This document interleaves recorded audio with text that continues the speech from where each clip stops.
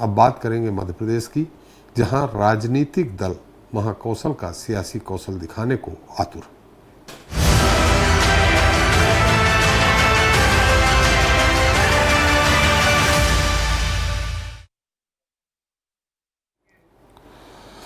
तो जनजातीय गौरव दिवस का आयोजन, पेशा कानून का लागू करना, रानी दुर्गावती का बलिदान दिवस मनाना, बड़े आदिवासी चेहरों के लिए सम्मान कार्यक्रम आयोजित करना भाजपा की रणनीति का आम हिस्सा बन चुके हैं। बीते कुछ साल में मध्य प्रदेश के आदिवासी इलाकों में भाजपा संगठन ने जो काम किया, उसका परिणाम 2023 की विधानसभा चुनाव में देखने को मिला। अकेले महाकौशल की बात करें तो यहां की 38 सीटों में से 23 सीटें जीतकर भाजपा ने सत्ता हासिल करने में कामयाब हुई थी। इनमें से अधिकतर सीटें वो हैं जिन पर भी कभी कांग्रेस का एक अधिकार था।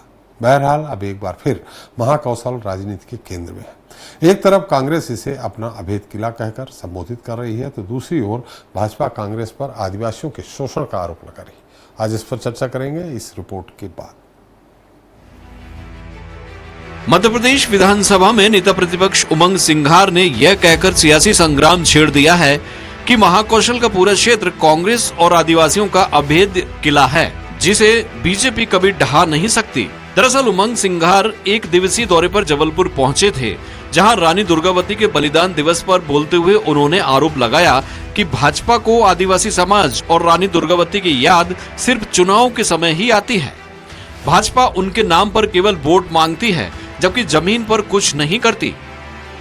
भारतीय जनता पार्टी आदिवासियों के नाम पे वोट तो मांगती है, रानी दुर्गावती जी के नाम पे वोट तो मांगती है। क्या आप जबलपुर के साथ आपने विकास को लेके आपने न्याय किया? क्या आदिवासी क्षेत्र के साथ आपने उपयोजनाओं के अंदर पैसा दिया?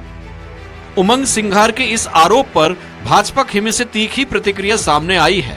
राज्यसभा सांसद सुमित्रा वाल्मीकि ने कांग्रेस को उसका शासनकाल याद दिलाते हुए दावा किया है कि सबसे ज्यादा आदिवासियों का शोषण, उनकी जमीनों पर कब्जा कांग्रेस के शासनकाल में हुआ। केवल बीजेपी ही ऐसी पार्टी है जिसने आदिवासियों के विकास के लिए काम किया है। ना तो रोजगार के उनके अवसर थे, ना उनकी जमीनें ये सूदखोरी में रख लेते थे गिरवे, और यहाँ तक कि यदि उनके परिवार में कोई विपत्ति आ जाए तो उनके खेतों पर कब्जा कर लेते थे। ये इनका था, इसलिए इनका यहाँ मध्य प्रदेश से सुपड़ा साफ हुआ है। कांग्रेस और बीजेपी में आदिवासियों के वोट को लेकर घमासान छिड़ा हुआ है। ऐसे में बीजेपी का पूरा फोकस महाकौशल क्षेत्र में है, जहां आदिवासियों का विश्वास हासिल करने के लिए भाजपा तेजी से काम कर रही है। दूसरी तरफ महाकौशल को अपना गढ़ कहने वाली कांग्रेस के पास इस क्षेत्र से कोई भी ऐसा बड़ा आदिवासी चेहरा नहीं है जिसके जरिए कांग्रेस राजनीतिक वर्चस्व को कायम रख सके। स्वराज एक्सप्रेस के लिए जबलपुर से अरविंद दुबे के साथ ब्यूरो रिपोर्ट। तो महाकौशल का सियासी कौशल, इस पर चर्चा करने के मौजूद हैं डॉक्टर दुर्गेश केसवानी जी हैं, बीजेपी प्रवक्ता हैं, डॉक्टर विनोद शर्मा जी हैं, कांग्रेस प्रवक्ता हैं, अरविंद दुबे हम ब्यूरो चीफ हमारे जबलपुर के हमारे साथ हैं। अरविंद, पहला सवाल आपसे ही थोड़ा संक्षेप में, महाकौशल को आप बहुत अच्छे से जानते हैं। अगर 2018 में कमलनाथ जी की मुख्यमंत्री के बनने की बात चल रही थी तो महाकौशल में ठीक ठाक कांग्रेस का प्रदर्शन रहा है, लेकिन अगर इस बार की बात करें, जैसे नेता प्रतिपक्ष ने कहा है कि महाकौशल हमारा अभेद गढ़ है, इस गढ़ में 15 सीटें, 38 में से मात्र 15 सीटें पर कांग्रेस जीती है, 23 पे भाजपा है। इन स्थितियों में क्या बलिदान दिवस दुर्गावती जी के उसमें भाजपा मनाने जा रही है, इसको लेकर खींच निकाली है उन्होंने, इसकी प्रतिक्रिया है क्या?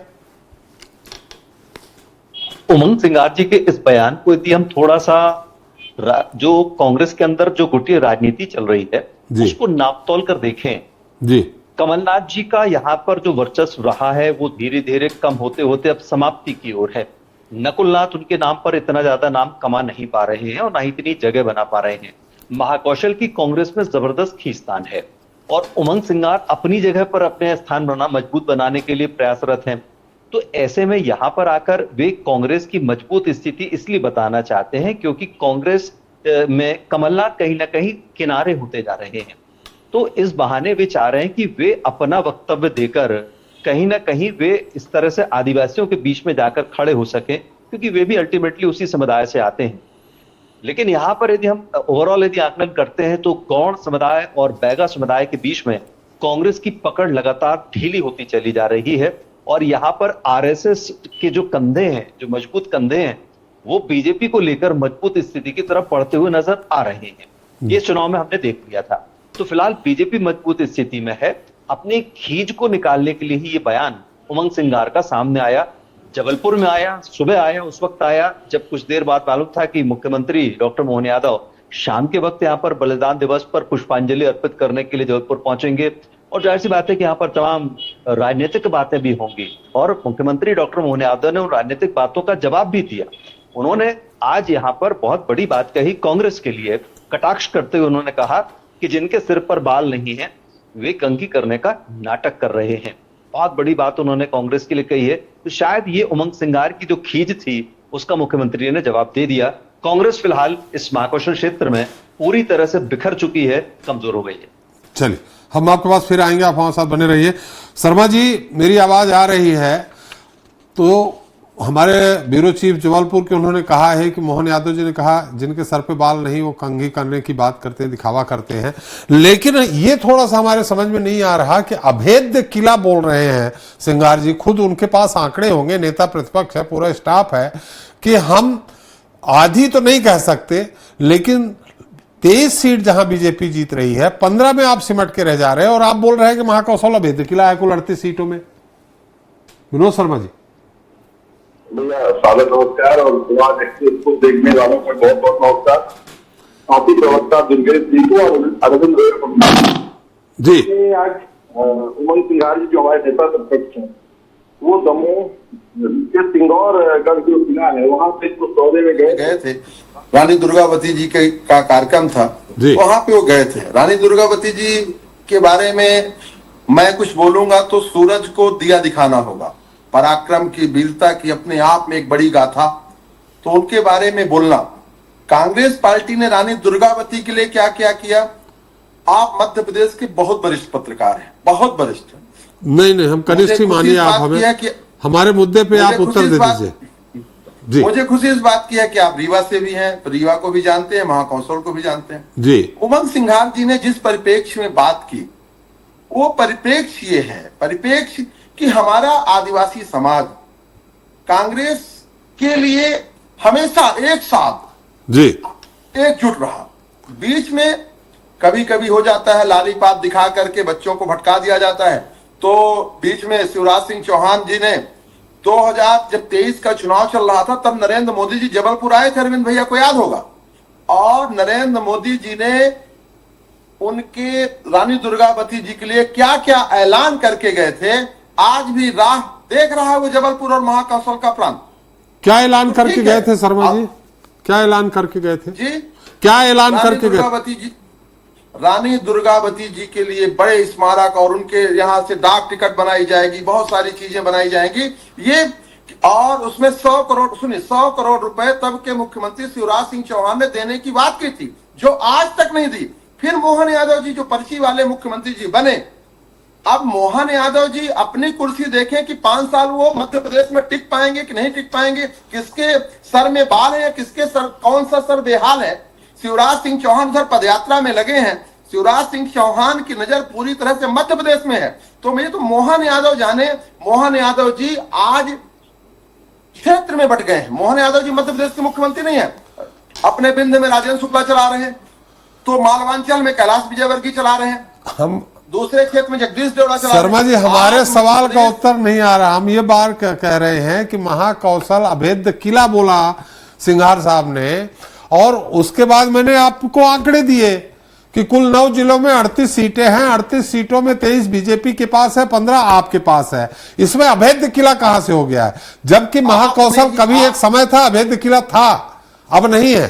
भैया आपने ही 2018 के भी आंकड़े बताए जी कि 2018 में महाकौशल किस प्रकार से कांग्रेस पार्टी के साथ खड़ा रहा जी। ठीक है, 2023 में पर हम आदिवासी क्षेत्रों में हमारे वोट प्रतिशत में हम किसी प्रकार से कम नहीं हुए। जिस प्रकार से बात हुई लाडली बहना के नाम पे मध्य प्रदेश में गोल गोल करके घुमा करके जो सरकार बनाई गई, वो सरकार के बारे में आप भी देख रहे हैं कि मध्य प्रदेश कितना कर्जों में डूब चुका है। मोहन यादव जी खुद विचलित है। इस मध्य प्रदेश की बहुत सारी योजनाएं बंद हो चुकी हैं। तो जिस चीज को आप अच्छे से जानते हो वो बात कर रहे हैं कि हम अपने लोगों के साथ अभेद्य हैं, और वो अभेद्य कोई ऐसी बात थोड़ी, हम अभेद्य हैं। चलिए, केसवानी जी अभेद्य हैं, शर्मा जी कह रहे हैं अभेद्य है। महाकौशल मैंने उससे सवाल भी किया आदिवासी वोट, लेकिन बात सही है कि इस समय आदिवासी मतदाता ही केंद्र बिंदु पे हैं राजनीतिक क्षेत्र में। कांग्रेस ने हमेशा से ही हर वर्ग को एक वोट बैंक के इस्तेमाल में काम करने का काम किया। एक ये जो जिस वर्ग की राजनीति करते हैं उसके वोट बैंक के लिए आज तक उसका भला नहीं कर पाए 60 सालों में, और वो भाजपा से उम्मीद करते हैं कि हम जल्दी से आके उन सब चीजों को ठीक कर देंगे। ऐसा ही आदिवासी समाज के लिए भी है। अब आदिवासी समाज के लिए आज उमंग सिंघार जी को प्रेम जागा है। जब 15 महीने की कमलनाथ सरकार थी तो इनके मुंह में तब दही जम गया था कि आदिवासी बंधुओं के लिए उन्होंने मुखरता से सब बातें की। उस समय उन्होंने दिग्विजय सिंह जी पर भी आरोप लगाने का काम किया, उन्होंने उसको दिग्विजय सिंह जी को माफिया बताने का काम किया। जब आप सब चीजें बताने का काम कर रहे तो उस समाज के, जिस समाज से आप खुद स्वयं आते हो, उसके हितों की बात कर लेते, उसकी चिंता कर लेते कि हमारे समाज के लिए क्या। पर आपके समय पर ही आप देखोगे कि आदिवासियों के वन अधिकार पट्टे रोके गए थे उसी समय पे। जनजातीय योजनाएं बंद कर दी क्योंकि कमलनाथ सरकार तो योजनाएं बंद करती है। अब हमारे भैया यहाँ बैठे हैं जो प्रवक्ता साथी, वो भी बोल रहे हैं योजनाएं बंद कर दी हमने। अरे भैया, हम कोई योजना बंद नहीं करते। हम चुनाव से पहले ही, आप 6 महीने पहले इन्होंने लाडली लक्ष्मी बहना के लिए बोलने लगे कि लाडली बहना योजना बंद हो जाएगी, बंद हो जाएगी, बंद हो जाएगी। बंद हुई क्या? 1000 से 1250 हुई, 1250 से 1500 होगी, 1750 होगी, 2000 होगी। और हमने जो कहा है वो किया है। हमने तो वो भी काम करने का काम किया है त्रिपाठी जी, जो हमने कभी अपने संकल्प पत्र में जोड़ने का काम किया हो। लेकिन केसवानी जी, इस समय आदिवासियों के मुद्दे पे भारतीय जनता पार्टी कुछ ज्यादा मेहरबान है। मेरे को बहुत आवाज बहुत धीरे से आ रही है। केसवानी जी, आदिवासियों के मुद्दे पे इस समय भारतीय जनता पार्टी कुछ ज्यादा मेहरबान है।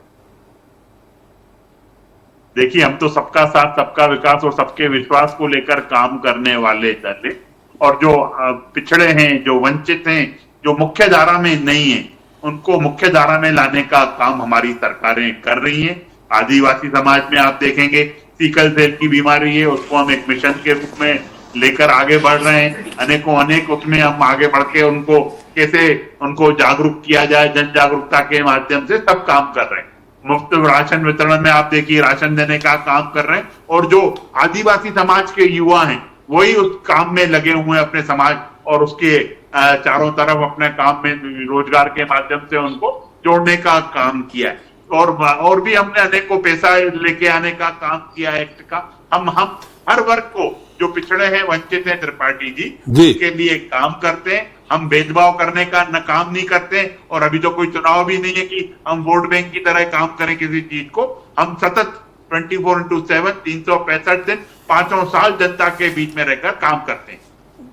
जी शर्मा जी, केसवानी जी ने कहा कोई योजना बंद नहीं हुई है, और उन्होंने उस समय का जिक्र कर दिया जब उमंग सिंघार जी वन मंत्री हुआ करते थे, और उन्होंने जिस तरह से अपने ही किसी वरिष्ठ नेता पे आरोप लगाए थे, प्रत्यक्ष न सही परोक्ष रूप से लगाए थे।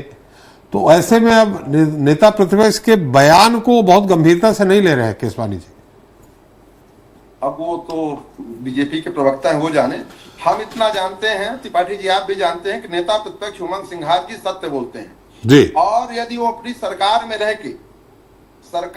के यदि अपने किसी वरिष्ठ नेता को आगाह किए, तो आप सोचिए कि एक कैबिनेट मंत्री जब वो रहे तो कितना यदि अपनी सरकार है, तो इसका मतलब यह नहीं कि यदि हमारा कोई व्यक्ति गलत कर रहा तो हम उसको नहीं बोलेंगे।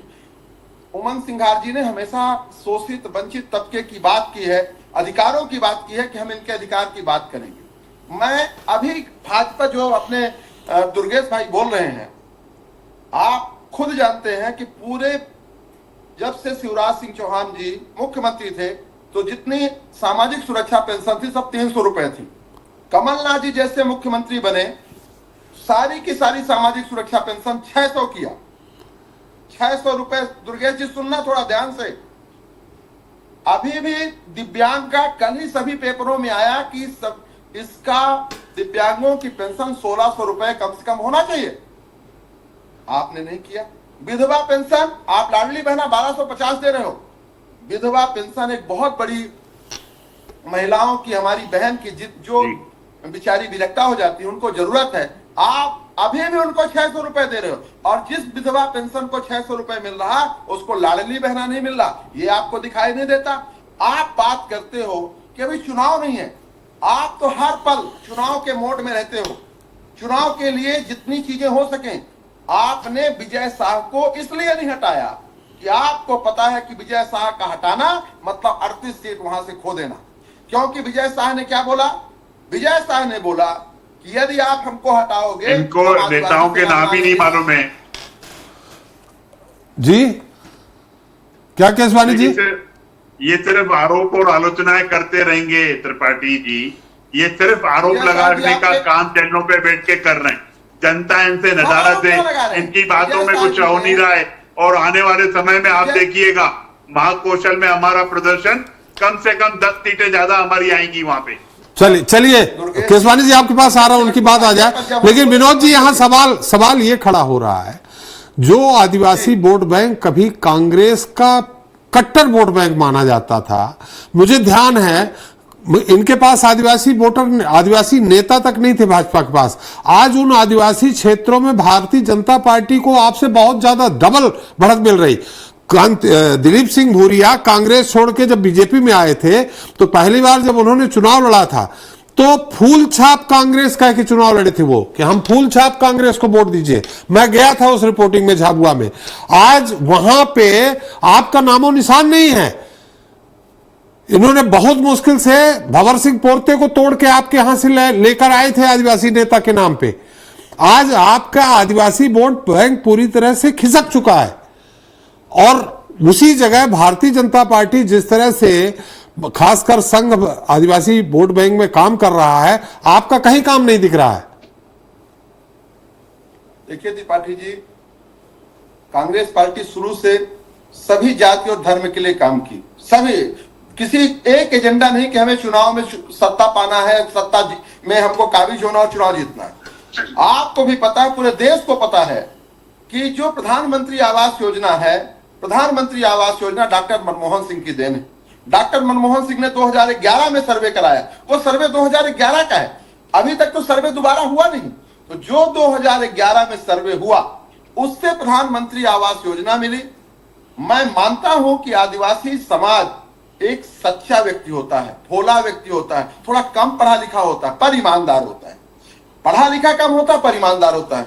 क्योंकि इसीलिए तो ईमानदारी से भाजपा को वोट दे रहे हैं वो। अब मैं आपसे बता रहा हूं, ईमानदारी से नहीं।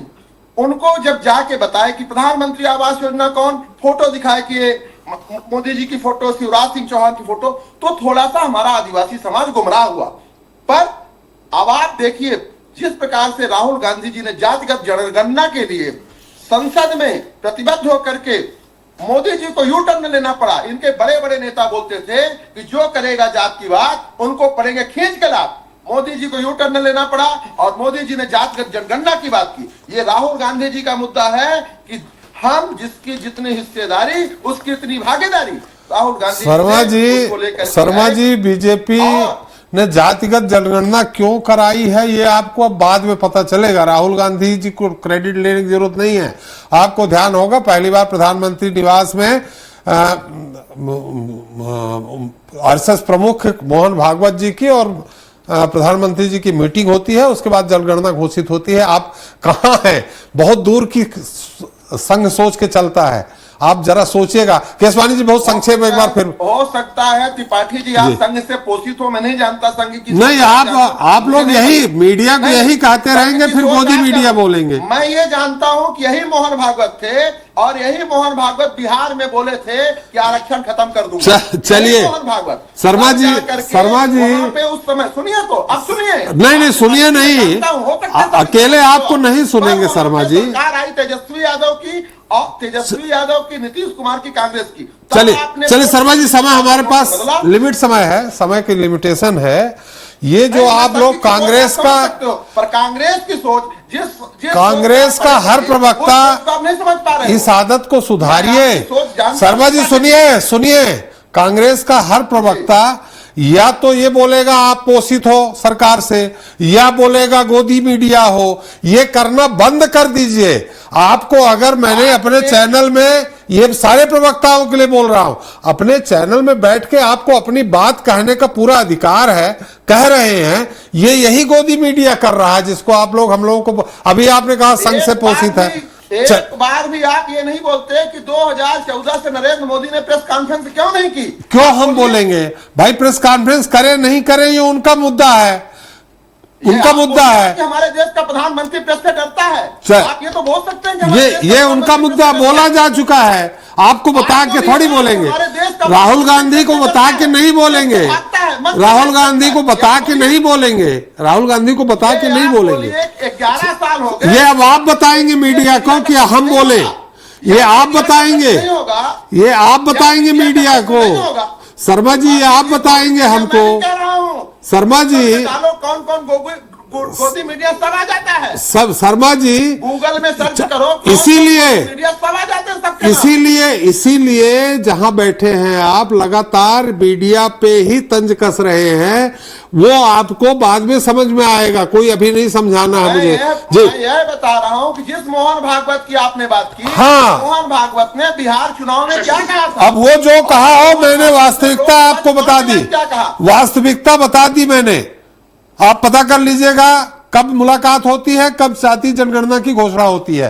केसवानी जी बहुत संक्षेप में एक बार हम फिर दुबे जी के पास जाएंगे। केसवानी जी देखिए त्रिपाठी जी, ये हमारी बुराई करते करते चैनल हेड से ही उलझने का काम कांग्रेस कर रही है, और उनके क्रमशः सब प्रवक्ता इसी तरह से बिहेवियर कर रहे हैं।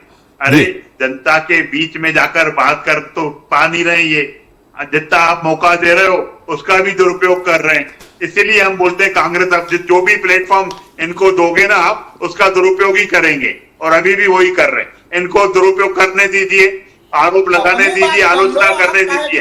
जनता इनसे खिसक चुकी है, जनता इनसे जा चुकी है, तो इस तरह की ये बातें करेंगे। और आदिवासी समाज ने भी इनको आईना दिखाने का काम किया है कि कांग्रेस ने हमेशा वोट बैंक की तरह इस्तेमाल किया। हमने उन योजनाओं के माध्यम से उनको सशक्त करने का काम किया, और ये भ्रम जो फैलाने का काम कांग्रेस कर रही है ना कि हमने योजनाएं बंद कर दी, ये कर दी। हमारा ध्येय ये है, जो वंचित हैं, जो पिछड़े वर्ग, पिछड़े हैं, जो मुख्य धारा में नहीं है, उनको मुख्य धारा में लेके आने का काम। इसीलिए माननीय मोदी जी का जो मूल मंत्र है उसको चरितार्थ कर रहे हैं, सबका साथ, सबका विकास और सबका विश्वास। आप बता दीजिए, यहाँ चैनल पे बैठ के आवाज की बात कर रहे हैं, एक आवाज दिया, आप झुग्गियां बनाते गए, आप गरीबी हटाओ करते करते गरीबों को बढ़ाते गए। 2011 हमने काम किया, हमने क्या काम किया? अरे कोई सर्वे नहीं। आपके यहाँ पे कितने स्टार्टअप थे उस समय पे कांग्रेस सरकार में? आज कहते बाढ़ आएगी स्टार्टअप की, तो आपकी योजना। चलिए हमारा समय, केसवानी जी, शर्मा जी, मेरा समय समाप्त हो गया, मेरा समय समाप्त हो गया है। अरविंद दुबे जी, अरविंद दुबे जी, झूठ कौन बोल रहा है? दुबे जी ये बताइए कि खैर बहुत कम समय में बलिदान दिवस जो मना रही है भारतीय जनता पार्टी, और मोहन यादव जी भी पहुंचे, इसका संदेश क्या जाएगा? कितना बेनिफिट मिलेगा भारतीय जनता पार्टी को या कांग्रेस को? देखिए, रानी दुर्गावती के नाम पे इन्होंने, अरे शर्मा जी आपसे नहीं बात कर रहा हूं, अरविंद दुबे जी से बात कर रहा हूं। जी अरविंद, 2013 में अमित शाह जी जबलपुर आए थे, और उसके बाद उन्होंने ये रूपरेखा तय की थी कि रानी दुर्गावती जी का जब भी कोई भी समारोह होगा, उनसे पूरी तन्मयता के साथ मनाएंगे और आदिवासियों के बीच में जाएंगे। उसी बात को लेकर ये बात आगे बढ़ रही है।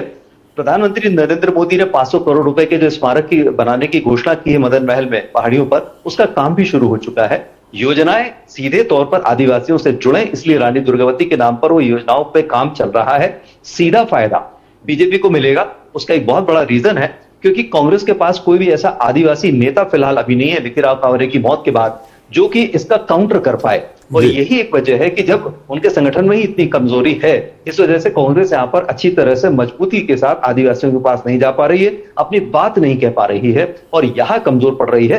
कांग्रेस और बीजेपी पूरी मजबूती के साथ आगे बढ़ती नजर आ रही है। रानी दुर्गावती जी के नाम को लेकर वो जिस तरह से आगे बढ़ रही है, जाहिर सी बात है कि आदिवासियों के हृदय में सीधे प्रवेश करना बीजेपी का एक तरह का एजेंडा रहा है और इसमें ये सफल भी हो रहे हैं। तो ऐसा लग रहा है कि जो आने वाला जो चुनाव होगा उसमें महाकौशल में इनकी स्थिति मजबूत होगी, लेकिन फिर भी राजनीति में कदम फूंक फूंक कर रखना ही ज्यादा बेहतर होता है। बीजेपी के लिए शायद ही बहुत जरूरी होगा।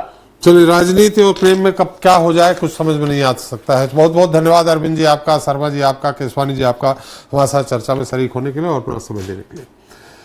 आज हमने चर्चा की मध्य प्रदेश के महाकौशल में छिड़े सियासी घमासान की। कभी कांग्रेस का गढ़ कहे जाने वाला महाकौशल इन दिनों भाजपा के फोकस में है। इसकी वजह यहाँ की आरक्षित सीटें और आदिवासी वोटों को लेकर होने वाला वो गुणा भाग है जिसकी बदौल कोई भी दल सत्ता के नजदीक पहुंच सकता है। यही कारण है कि भाजपा और कांग्रेस दोनों ही दल खुद को आदिवासी समुदाय का हितैषी बताकर इस वर्ग के कल्याण के लिए किए गए काम और उठाए गए कदमों को गिनाकर पॉलिटिकल माइलेज हासिल करना चाहते हैं। वैसे महाकौशल की सियासी बिसात पर नजर डालें तो ये क्षेत्र अब भाजपा के लिए सत्ता की राह आसान करता दिख रहा है। ऐसे में कांग्रेस भाजपा के बनाए सियासी चक्रव्यूह को कैसे तोड़ती है, ये देखना भी दिलचस्प होगा। आज के लिए इतना ही। नमस्कार।